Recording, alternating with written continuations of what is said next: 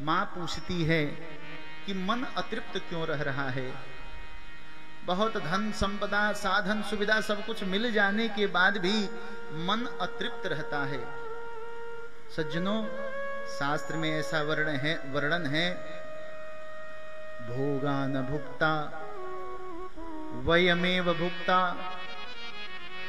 सज्जनों, भोग को हम लोग उपभोग नहीं करते, भोग का हम सब उपभोग नहीं करते, अपितु भोग हम सब का उपभोग कर लेता है। भोगा न भुक्ता वयमेव भुक्ता, हम सब भोगे जाते हैं। तपस न तपता वयमेव तपता। जब हम तपस्या करते हैं, पूजन करते हैं, तो तपस्या नहीं तपती, अपितु हम सब तपते हैं। आसान जीर्णा वयमेव जीर्णा। सज्जनों, आशा जीर्ण नहीं होती, मरने की अवस्था में भी व्यक्ति को आशा लगी रहती है। आशा न जीर्णा वयमेव जीर्णा। आशा जीर्ण नहीं होती, बूढ़ी नहीं होती, हम सब वृद्ध हो जाते हैं। कालो न यातो वयमेव यातः। और काल हमारे पास नहीं आता, अपितु हम सब काल के पास पहुंच जाते हैं।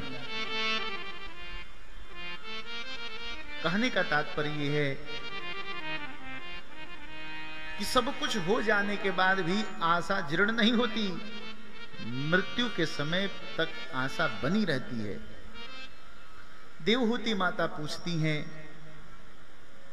इतना कुछ करने के बाद भी मन अतृप्त क्यों है, असंतुष्ट क्यों है? भगवान कपिल बताते हैं, मैया, यह संसार प्रतिक्षण समाप्त हो रहा है।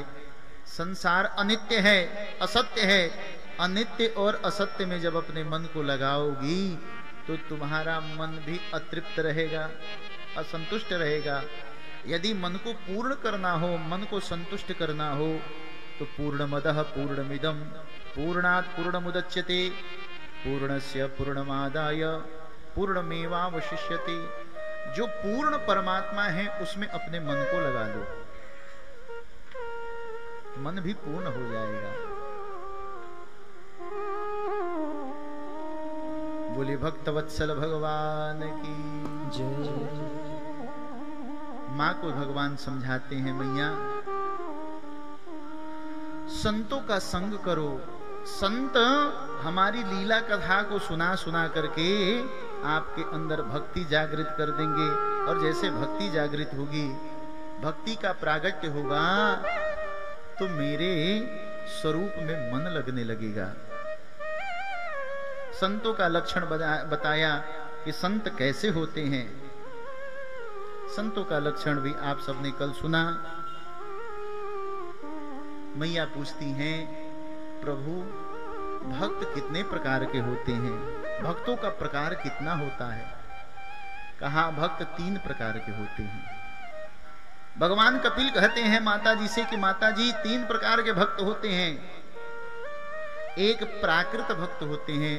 प्राकृत भक्त वो होता है जो मंदिर में मूर्ति में भगवान का दर्शन करे, मेरा दर्शन करे,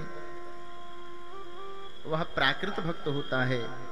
और मध्यम श्रेणी का भक्त वो होता है जो मंदिर में भी मेरा दर्शन करे और संत महात्मा और विद्वानों में भी मेरा दर्शन करे। यह मध्यम श्रेणी का भक्त होता है। और उत्तम श्रेणी का भक्त वो होता है जो सिया राम मय सब जग जानी करो प्रणाम जोरी जुग पानी।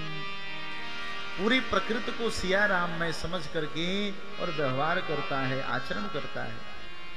वह समझ जाता है कि अड़ोरणियान महतो महियान परमात्मा का रूप है। एक अणु और परमाणु भी भगवान का रूप है।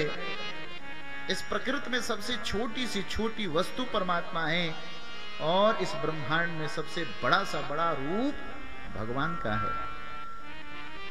भगवान विभु हैं, व्यापक हैं।